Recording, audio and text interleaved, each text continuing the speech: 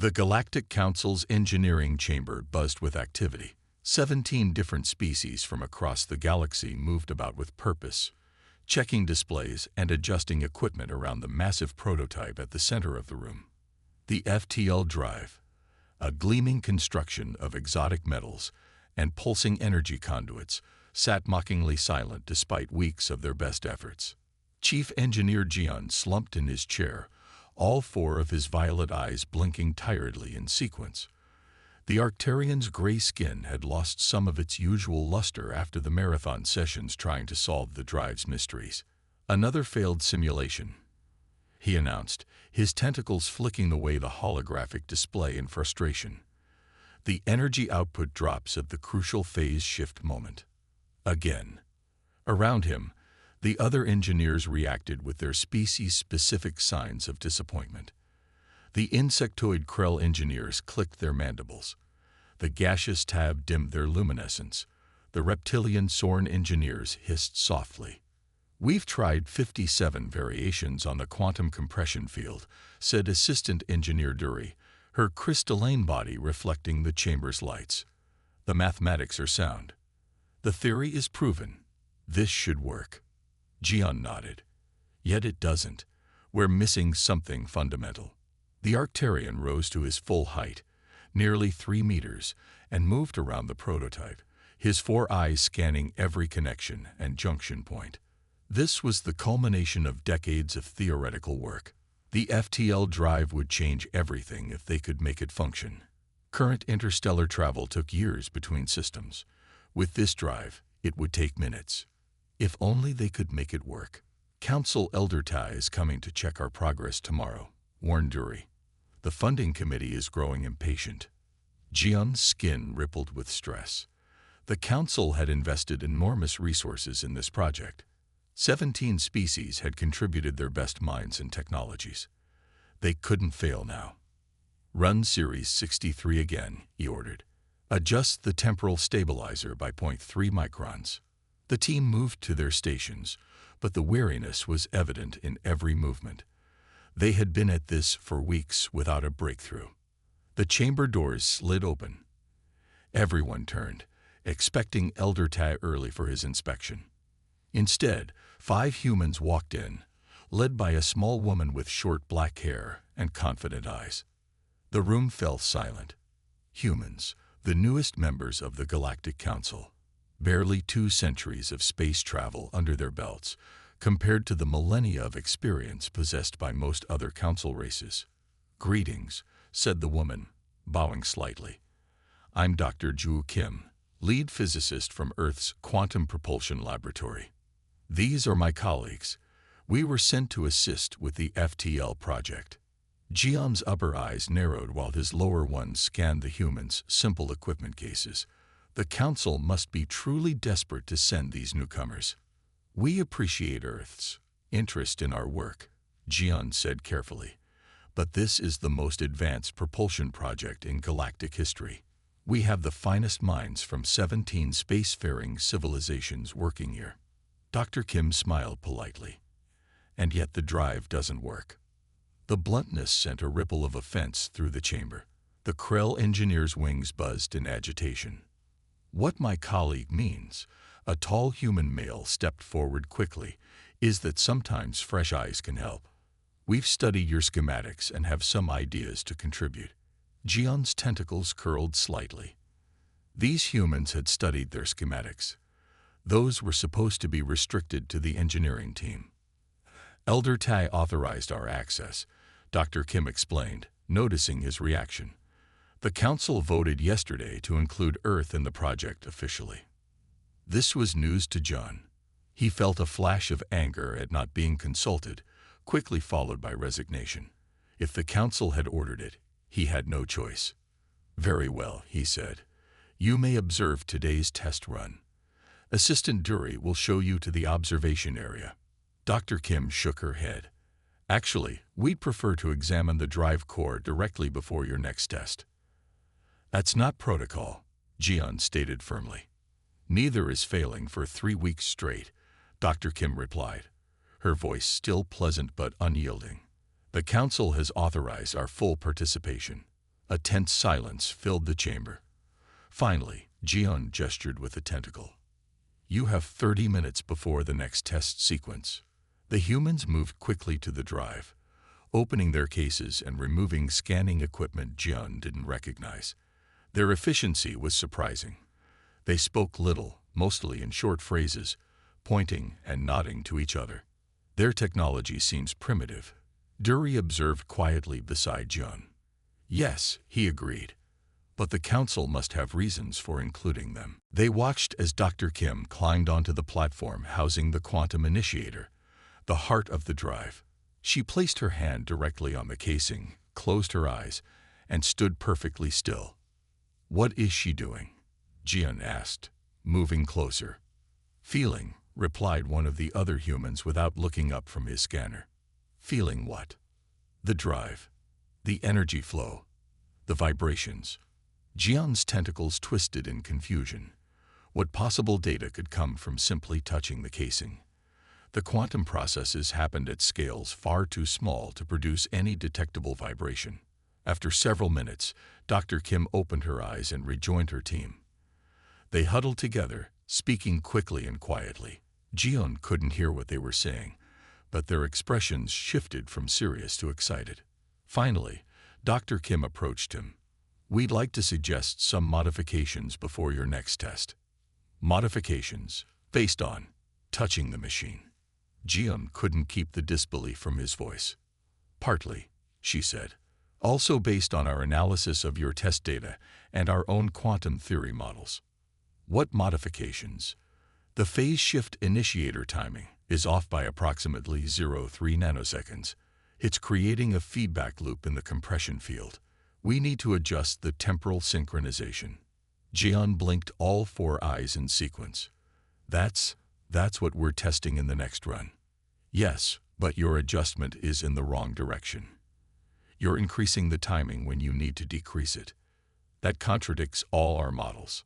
Dr. Kim nodded. Yes, because your models assume quantum uniformity across dimensional planes. Our research suggests microvariances that affect field propagation. For the first time, Jian hesitated. What she said made theoretical sense, but went against established quantum physics as understood by the council races. We would need Elder Tay's approval for such a fundamental change, he said finally. Dr. Kim pulled out a small communication device. I can contact him now. But time is short if you want results before tomorrow's funding review. Jian felt caught between protocols and practicality. After weeks of failure, could he really dismiss a potential solution, no matter how unlikely its source? Make your adjustments, he decided. But if this damages the prototype, it won't, Dr. Kim assured him, already signaling her team to begin. The other engineers watched with a mixture of curiosity and skepticism as the humans worked. Their method seemed strangely intuitive rather than precise, with Dr. Kim often pausing to place her hand on components before making adjustments. When they finished, everyone took their positions for the test sequence. Jian initiated the startup procedure, watching the energy levels climb steadily on his displays. Approaching phase shift point, announced Dury. Quantum compression field stable. Jian held his breath. This was where the system had failed every time before. Phase shift initiating. Now. A humming sound filled the chamber as the drive core glowed blue, then violet, then a color Jian had no name for. The energy readings spiked, held steady, and then the drive pulsed once, brightly, and a perfect quantum bubble formed in the test chamber. It's working, Dury whispered, her crystalline form glittering with reflected energy. The field is stable. The engineers erupted in excitement, each in their species' way. The humans simply smiled, Dr. Kim nodding as if she'd expected nothing less. Jian moved to her side. How did you know? Sometimes, she said quietly, you need to feel the problem, not just calculate it. Humans are good at that. Jian considered this. Perhaps these newcomers had something valuable to offer after all. I will mention your contribution in my report to Elder Tai. Dr. Kim shook her head. Don't mention us. Just say you solved it. This is your project. We're just helping. Jian blinked in surprise. Such modesty was rare among scientists. Tomorrow, Dr. Kim continued, we can discuss the real challenge. Real challenge. But we've just achieved stable quantum compression. Yes, she agreed. But making it move a ship through space, that's the interesting part. For the first time in weeks, Jian felt a flutter of excitement. Perhaps these humans would prove useful after all. The morning after the successful test, Dr. Kim didn't return to the engineering bay as expected. Instead, she slipped away from her team's quarters and wandered through Station Nexus, a curious visitor rather than an expert consultant. Station Nexus was a marvel of cooperative engineering, a massive spinning ring with 17 distinct sections, each built to accommodate a different council species' environmental needs.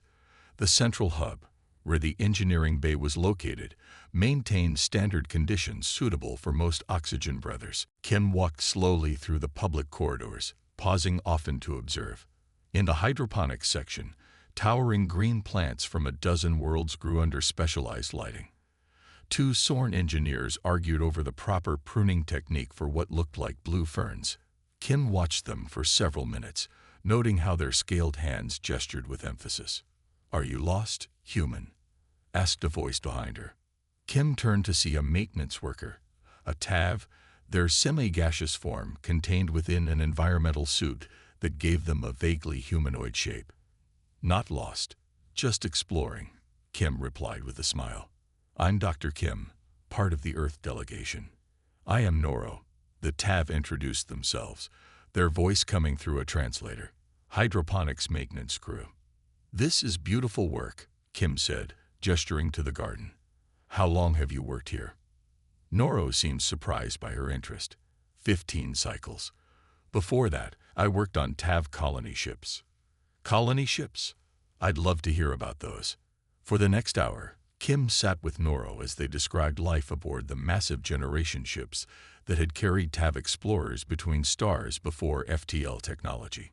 In turn, Kim shared stories of Earth's early space exploration, the moon landings, the Mars colonies, the disastrous Jupiter mission.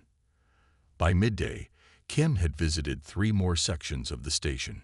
She spent time in the food preparation area, where she attempted to learn the proper technique for preparing a Krell ceremonial dish from an amused chef. In the recreation area, she watched a game that seemed to involve projecting mental images, played by a group of telepathic Morai. In the maintenance tunnels, she helped a team of small, furry engineers fix an air recycler, handing them tools and asking questions about their homeworld. "You understand the recycler systems?" asked one of them, surprised. "Not really," Kim admitted, "but I understand curiosity and problem-solving. Those seem universal." By the time she returned to the human quarters, her team was worried. "Where have you been?" asked Shono, her quantum specialist. "Elder Ta has called a formal briefing in 1 hour to discuss yesterday's breakthrough." "Perfect timing," Kim said, quickly changing into her formal uniform. "I've been gathering data." "What kind of data?" "We need to prepare our technical report." Kim smiled. "Trust me, this is more important than any technical report." The briefing room was filled to capacity when they arrived. Representatives from all 17 council species sat around a massive circular table.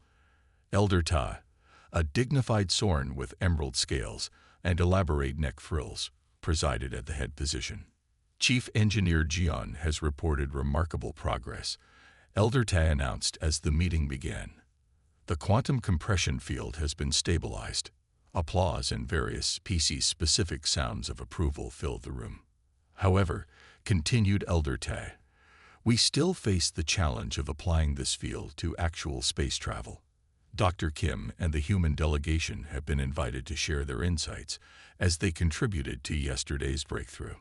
Kim stood, feeling all eyes on her, some curious, some skeptical, some openly hostile.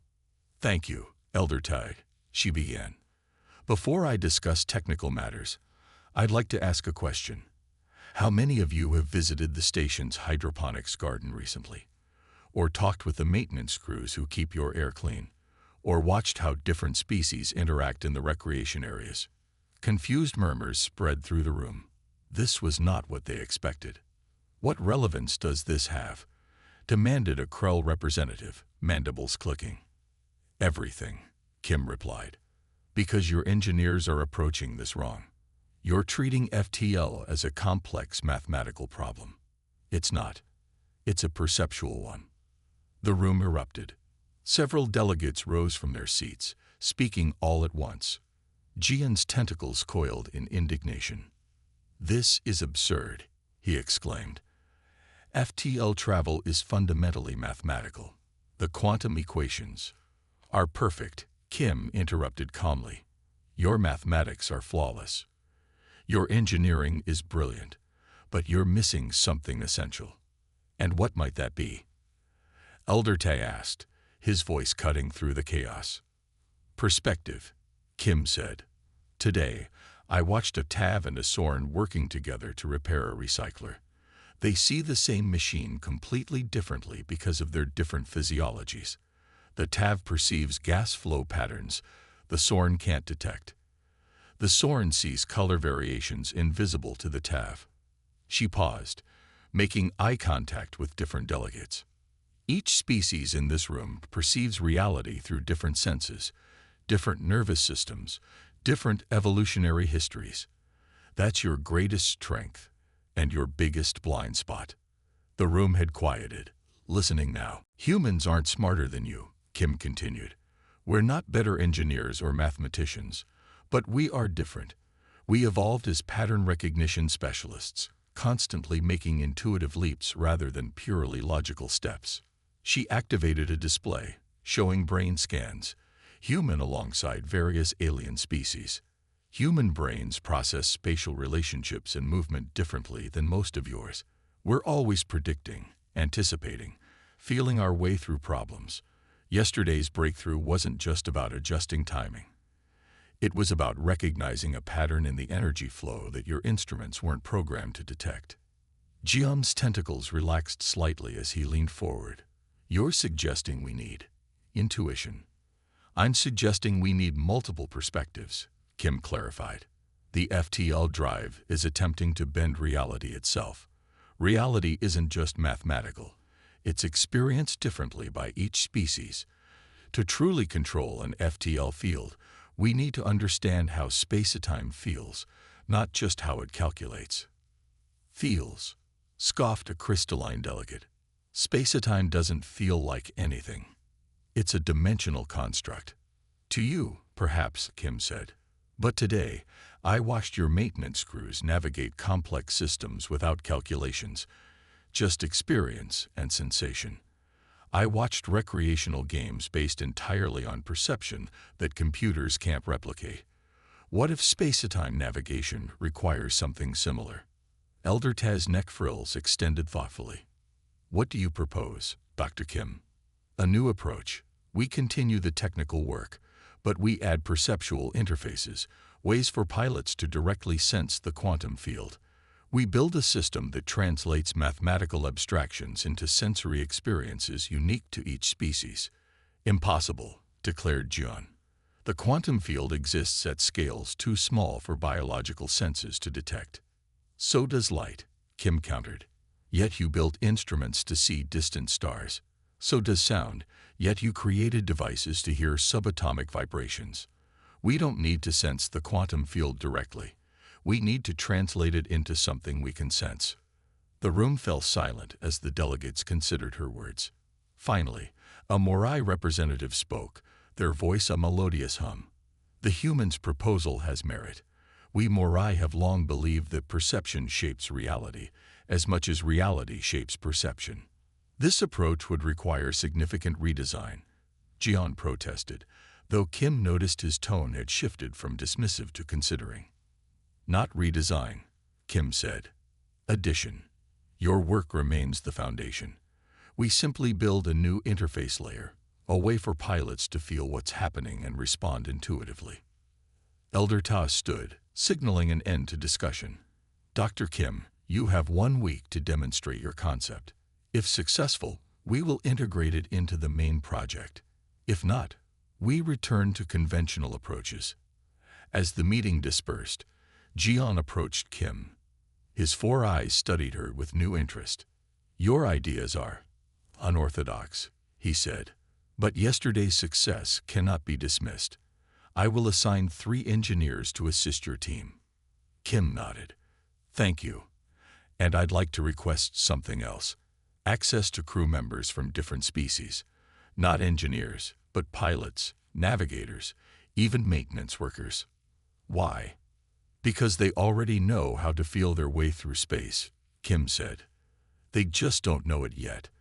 5 days after the briefing, the engineering bay had transformed. Workstations cluttered with half-assembled devices surrounded the FTL drive prototype. Humans and aliens worked side by side, though not always harmoniously. This is madness, muttered Dury, her crystalline form shimmering with agitation as she watched Kim's team at work. They're trying to connect organic brains directly to a quantum field generator.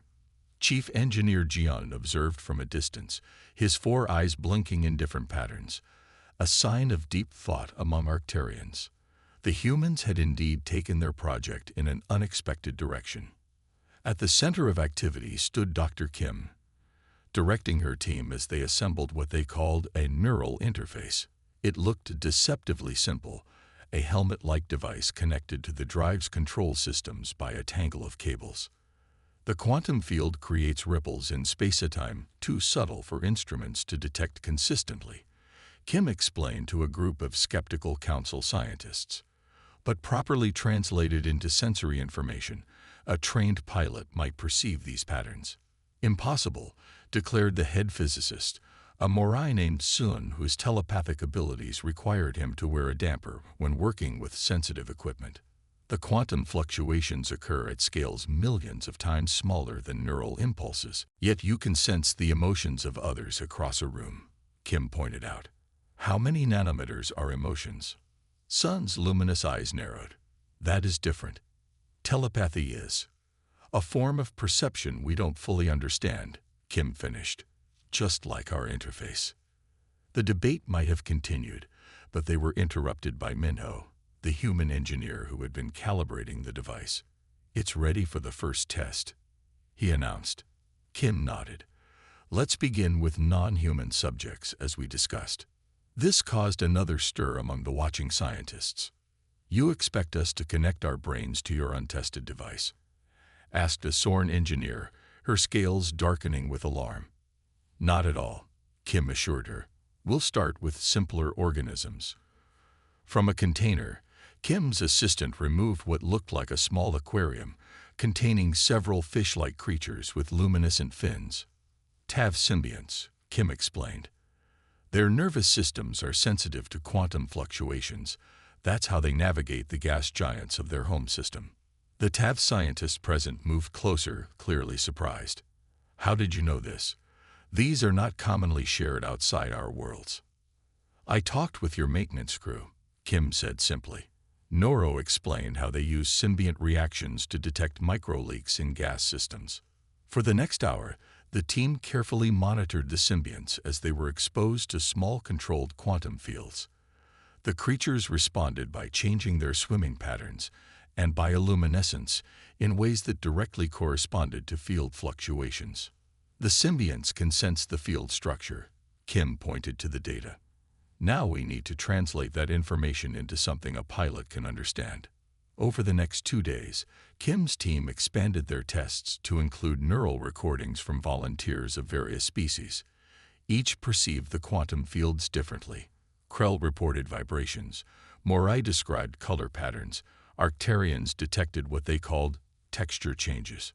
Elder Ta visited on the 3rd day, watching the experiments with measured interest. Impressive data collection, he acknowledged. But can this actually help control an FTL drive? That's what we'll find out today, Kim replied. We're ready for a human test subject. The announcement sent a ripple of concern through the observation area. Connecting biological systems to quantum field generators was unprecedented and potentially dangerous. Your council has safety protocols for a reason, protested John. This requires weeks of review. We don't have weeks, Kim reminded him. And the interface is designed to read neural patterns, not alter them. After much debate, Elder Tai made his decision. Proceed with the test, but at the first sign of danger, it ends immediately. The team prepared the neural interface while Minho took his position in the modified pilot's chair. Unlike the standard control systems used by council ships, this chair was surrounded by sensory pads and neural receivers. The interface doesn't connect directly to the brain, explained Kim as technicians fitted the helmet on Minho. It creates a two-way translation layer between neural activity and quantum field states. And if the translation is flawed? Asked John. Then nothing happens, Kim assured him. Or he gets a headache. The power levels are carefully limited. When everything was ready, Kim stood behind Minho's chair. Remember your training. Don't try to understand the field. Just respond to what you feel. Minho nodded. Starting calibration sequence. The room fell silent as power flowed into the system. The FTL drive hummed softly, its core glowing with the now familiar quantum compression field. Minho's eyes closed as the interface activated. For several long moments, nothing seemed to happen. Then Minho's breathing pattern changed. His hands moved slightly on the control pads, fingers twitching as if playing an instrument. I can feel it, he whispered. It's like standing in shallow water. Waves moving around my legs. On the monitoring screens, the quantum field display showed subtle shifts corresponding to Minho's movements. The aliens watched with a mixture of horror and fascination. To many council species, the direct neural connection seemed primitive, almost barbaric. Yet the data showed clear correlation between Minho's neural patterns and field modulations. The field is responding to his input, noted Dury, surprise evident in her voice. Not just responding, Kim said, pointing to a secondary display. Look at the stability readings. The quantum field, which normally fluctuated within certain parameters, had settled into a remarkably stable pattern, more stable than any previous test had achieved. He's intuiting the resonance patterns, Kim explained. Something our instruments can measure but not predict. Minho's face showed intense concentration. It wants to move in certain ways, he reported, like water finding its path downhill. I can feel where the resistance is lower. Elder Ta moved closer, his scientific curiosity overcoming his initial skepticism. He speaks as if the field has preferences. Perhaps it does, Kim suggested. Quantum mechanics has always had elements that seem almost intentional. Particles that choose states, probabilities that collapse in patterns. For the next 30 minutes, Minho worked with the interface, learning to sense different field configurations. The monitoring team recorded every change, building a translation dictionary between his subjective experiences and the measurable field parameters. When they finally disconnected the interface, Minho seemed tired but exhilarated. It's incredible, he told the gathered scientists. It's not like controlling a machine. It's more like dancing with a partner. Later that evening, the council called an emergency meeting to review the test results. The data is compelling, admitted the Krell scientific advisor. The human achieved field stability exceeding our best automated systems. But it's fundamentally unreliable, argued another scientist. Dependent on individual perception, impossible to standardize. Kim listened to the debate before standing to address the council. You're right that this approach is different from your traditional methods. It relies on something machines can't do: intuition, adaptation, pattern recognition across multiple dimensions simultaneously. She displayed brain scans taken during the test. Humans evolved in an environment that required us to predict physical movements instantly, throwing spears, catching falling objects, navigating complex terrain. Our brains developed specialized systems for spatial reasoning that work differently from pure calculation. Other species have different evolutionary advantages, she continued. The TAV can sense gas compositions we can't detect. The Morai have telepathic abilities.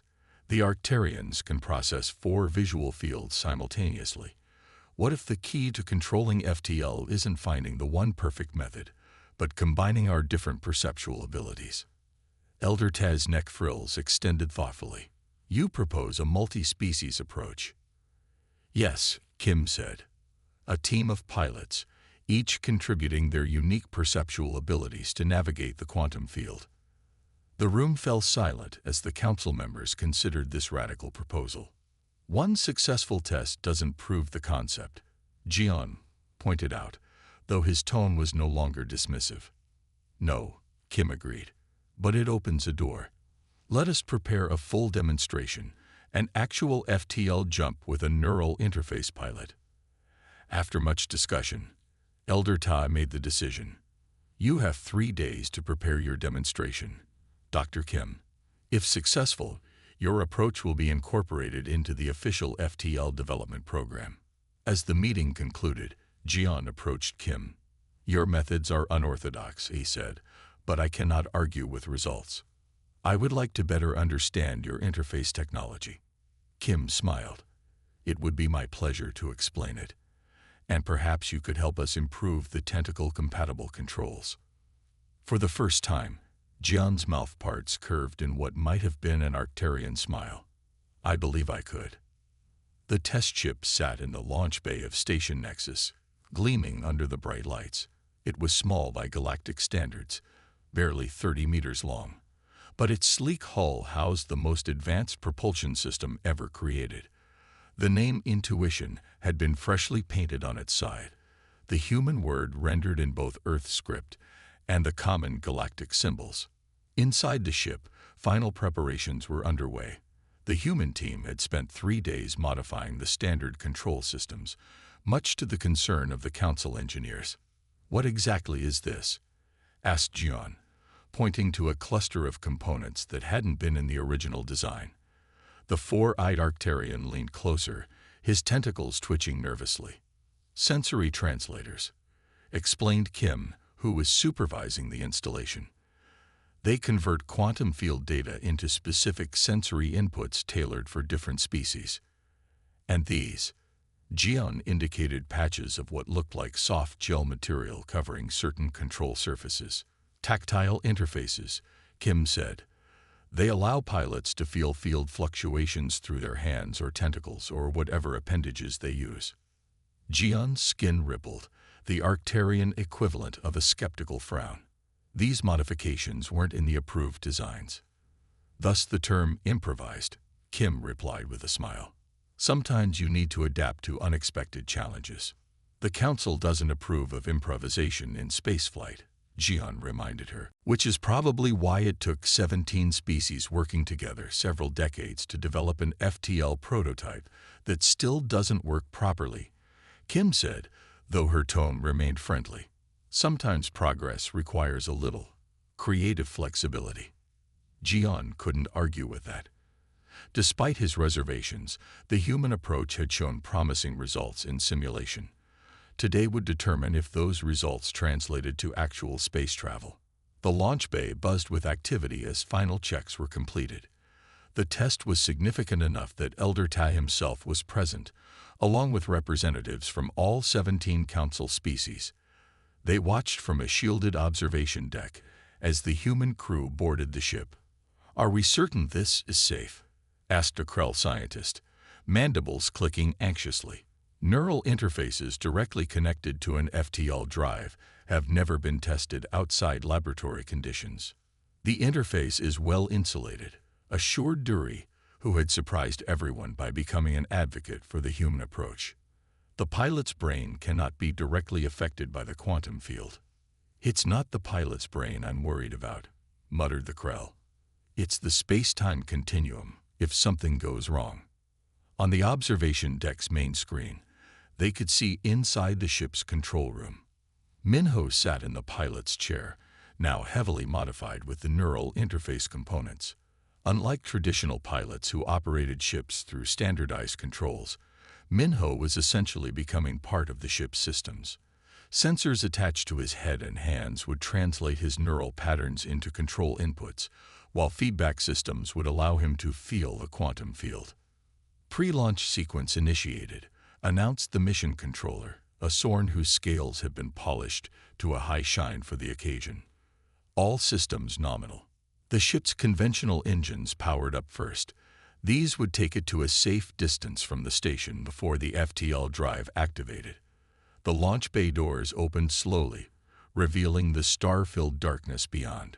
Conventional engines engaged, reported the controller. Exiting launch bay. The Intuition glided smoothly out of the station, its running lights bright against the blackness of space. On the observation screens, Minho could be seen settling deeper into the pilot's chair as the neural interface fully activated. Neural link established. Kim reported from her position on the command deck. "Minho, how do you feel?" "Connected," came his reply, his voice calm but intense. "I can sense the ship's systems. It's like they're extensions of my body." The ship moved away from the station, reaching the predetermined safe distance for FTL activation. "Beginning FTL drive warm-up sequence," announced the controller. This was the critical moment. Previous tests had achieved quantum field stability, but had failed to properly translate that into actual movement through spacetime. The ship might disappear from sensors only to reappear seconds later in the same location, or worse, not reappear at all. On board, Minho closed his eyes as the FTL drive core powered up. The neural interface translated the quantum field fluctuations into sensory experiences he could interpret and respond to. "The field is forming," he reported. "I can feel it surrounding the ship, like being inside a bubble." The observers watched as energy readings spiked on their displays. The quantum field was forming properly, just as in previous tests. "Compression field stable," reported a technician. "Ready for phase shift." This was where previous tests had failed. The quantum field needed to not just surround the ship, but to actually move it through spacetime, compressing the distance between departure and destination points. "Initiating phase shift," Minho announced. The observers held their breath. On the screens, Minho's face showed intense concentration. "There's resistance here," he said, his hands moving over the tactile interfaces, like pushing through thick gelatin. "But if I approach from this angle instead?" His fingers made subtle adjustments to the field controls, following intuition rather than calculated protocols. The energy readings fluctuated in patterns the council scientists had never seen before, irregular but somehow harmonious. "What is he doing?" whispered Jian, watching the readouts with all four eyes wide. "Those field modulations shouldn't be stable yet. He's feeling his way through," Kim explained quietly, "like finding a current in water." Suddenly, the energy readings spiked dramatically. The ship glowed with an inner light that seemed to bend around its hull.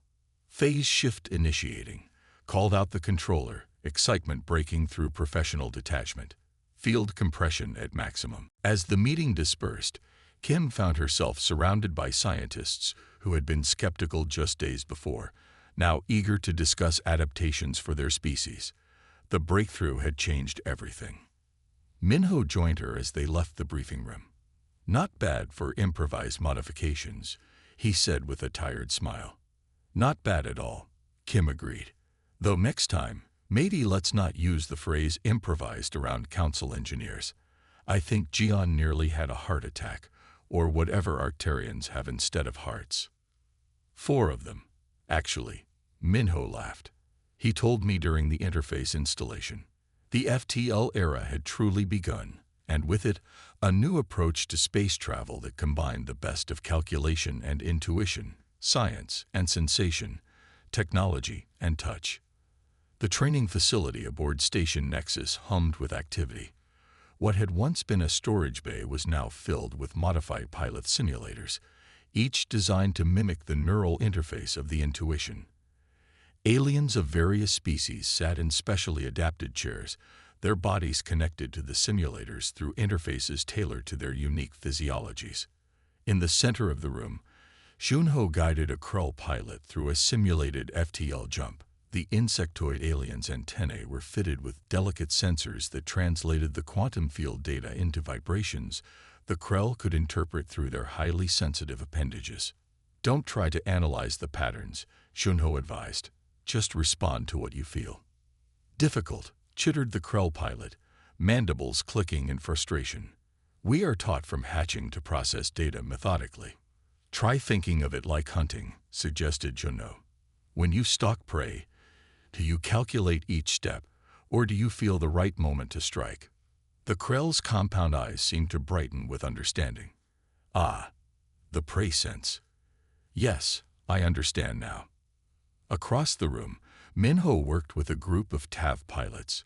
Their gaseous bodies couldn't use the standard neural interface, so the human team had developed a chamber that allowed the TAV to fully immerse in a gas mixture that responded to quantum field fluctuations. The field density changes show up as pressure waves in your environment, Minho explained. Try sensing where the pressure is lowest. That's your path. The TAV pilots, who navigated gas giant storms on their homeworld, adapted quickly to this approach. In fact, they seemed to have a natural talent for sensing the subtle patterns in the quantum field. Not all species adapted so easily. The crystalline Lumar struggled with the concept of intuitive navigation, their logical, mathematical minds resistant to the idea of feeling, rather than calculating the course. Perhaps they simply can't do it, suggested a council scientist after a particularly difficult training session. Or perhaps we haven't found the right translation yet, Dr. Kim countered. Every species perceives reality differently. We just need to find the right sensory language. The breakthrough with the Lumar came unexpectedly. During a rest period, one of the human engineers played music in the training room, a classical Earth symphony. A Lumar trainee, who had been particularly frustrated, suddenly became still, their crystalline form resonating slightly with certain notes. The patterns, the Lumar said, they are like harmonics. Mathematical, yet flowing. Kim immediately ordered the development of an audio interface that translated quantum field states into harmonic progressions. Within days, the Lumar pilots were navigating simulated jumps with remarkable precision, hearing the right path through space-time as musical patterns. Each species required a unique approach. The telepathic Morai developed a system that translated field fluctuations into emotional states they could sense. The aquatic Selk used pressure changes on their sensitive skin. The reptilian Sorn relied on heat patterns detected by specialized pits in their scales. 6 weeks after the Intuition's historic flight, the first multi-species FTL ship was ready for testing. Named Harmony, it was larger than the prototype, with a crew of 12 representing 6 different council species, plus 3 humans. The neural interfaces are fully integrated, reported Jun, who had become the project's chief technical officer. Each pilot station is customized for the pilot species. Kim walked through the ship's bridge, inspecting each station. Unlike traditional starships with standardized controls, Harmony's bridge looked like a collection of entirely different workstations. The Krell station featured vibrating antenna receptors. The TAV enclosure pulsed with colored gases. The Lumar station was surrounded by speakers and resonating crystals. It looks chaotic, observed Elder Ta, who had come to inspect the ship before its maiden voyage. Yet there is a certain harmony to it. Exactly, Kim smiled. Each pilot perceives space-time differently, but they're all sensing the same underlying reality. Together, they can map paths no single perspective could discover. Harmony's test flight was scheduled for the following day. That evening, the Galactic Council called an emergency assembly to discuss the implications of the new technology. Representatives from all 17 member species gathered in the Grand Chamber, with additional observers from non-council worlds. Elder Ta addressed the assembly, his voice solemn. Tomorrow, Harmony will attempt the longest FTL jump in our history, a journey that would take conventional ships 5 months to complete. If successful, it will forever change how we travel among the stars. A Krell representative raised a question. While we acknowledge the technical achievement, some council members are concerned about the human influence on our technological development. For millennia, we have advanced through careful calculation and proven methodologies. This intuitive approach seems primitive by comparison. Murmurs of agreement rippled through the chamber. Despite the success of the intuition, many council species still viewed the human methods with suspicion, seeing them as haphazard and potentially dangerous. Elder Taz's neck frills extended fully, a sign of deep conviction among the Sorn. For millennia, we prided ourselves on our technological superiority. Today, we must acknowledge a humbling truth. Sometimes advancement comes not from complexity, but from a fundamentally different way of seeing. The chamber fell silent. Consider, continued Elder Taz, that 17 highly advanced civilizations worked for decades on FTL theory without success. Then humans, barely 2 centuries into space travel, solved the problem in weeks. Not because they are more intelligent, but because they approach problems differently. Their neural interfaces are essentially translators, added Dury, who had become one of the project's strongest advocates. They allow us to experience space-time through our natural senses, rather than through abstract mathematics. The debate continued for hours, with passionate arguments on both sides. Some council members feared dependence on human technology. Others saw tremendous opportunity in the new approach. In the end, pragmatism won out. The potential benefits of functional FTL travel were too great to ignore, regardless of its origins. The Council will proceed with the expanded FTL program, announced the Chief Administrator. Furthermore, we will establish a new division dedicated to perceptual technologies, finding ways to translate complex phenomena into forms each species can naturally comprehend. After the assembly, Kim found herself surrounded by representatives eager to discuss applications for their worlds. The technology-sharing agreements would need to be extensive, covering everything from neural interface designs to training protocols. Hours later, as she finally made her way back to the human quarters, she found Jian waiting in the corridor. The Arcturian had become a surprising ally in recent weeks, his initial skepticism transformed into cautious enthusiasm. "The agreements are prepared for tomorrow's signing," he said, falling into step beside her. "Your team will receive full credit for the neural interface concept." "I'm more interested in seeing it work than getting credit," Kim replied. "A very human perspective," Jian observed, his tentacles moving in what Kim had come to recognize as an unused pattern. "You continue to surprise us. Is that good or bad?" "Different," Jian said. "Which I'm learning can be valuable." They paused at an observation window overlooking the docking bay where Harmony waited for tomorrow's mission. The ship's hull gleamed under the station lights, its unique design unlike any previous council vessel. "Humans aren't smarter than you," Kim told John privately. "We're just differently evolved. Our planet shaped us to see patterns, to make intuitive leaps, to feel our way through problems when calculation alone isn't enough. And our worlds shaped us differently," Jian acknowledged. "The Arcturian homeworld's multiple suns created complex shadow patterns. We evolved multiple eyes and precise mathematical thinking to navigate them." "Exactly. Each species brings something unique. Together, we see more completely than any one perspective allows."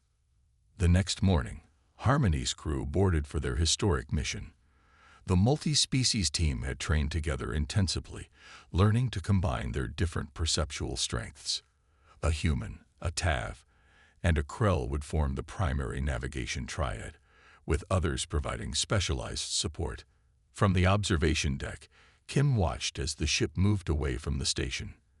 Beside her, Elder Tai and Jun monitored the telemetry data. "Neural interfaces online," reported the mission controller. "FTL drive powering up." The familiar glow surrounded the ship as the quantum field formed.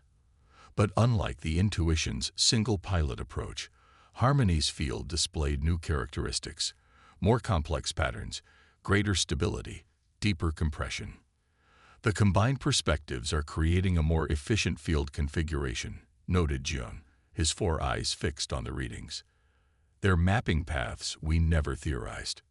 When the ship vanished in its flash of light, the observation deck fell silent. This jump was far more ambitious than the intuition's test, crossing nearly 1,000 light-years to a star system at the edge of Council space. Expected transit time, 15 minutes, announced the controller. Kim felt her heart racing as they waited. So much depended on this mission. Not just the technology, but the new understanding between species it represented. 14 minutes and 38 seconds after departure, the sensors detected Harmony exactly at its target coordinates. Jump successful, called out the controller. Perfect positioning. All systems nominal. The observation deck erupted in celebration, each species in their own way.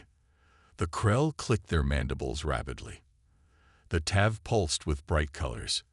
The Sorn extended their neck frills to maximum display. As the congratulations and analysis continued, Kim slipped away to a quiet corner of the deck. From here, she could see the stars stretching away into the darkness. Billions of worlds now suddenly within reach. A message arrived on her personal communicator. A simple text from Minho aboard Harmony. It worked perfectly. The Tav sensed the initial path, the Krell refined it, and I guided the final approach. We're already mapping the return jump using a completely new route. Kim smiled as she looked out at the stars. In just weeks, the equation of interstellar travel had been fundamentally rewritten. Not through superior intelligence or advanced technology, but through the simple recognition that different perspectives, combined, revealed truths no single viewpoint could see. Later that day, as she signed the technology sharing agreements with representatives from all 17 Council species, Kim reflected on the journey that had brought them here. From dismissal to skepticism to collaboration to triumph, all because they had learned to value different ways of seeing the same reality. The age of true interstellar civilization had begun, built not on the abilities of any one species, but on the combined perceptions of many, each contributing their unique evolutionary gifts to a greater whole.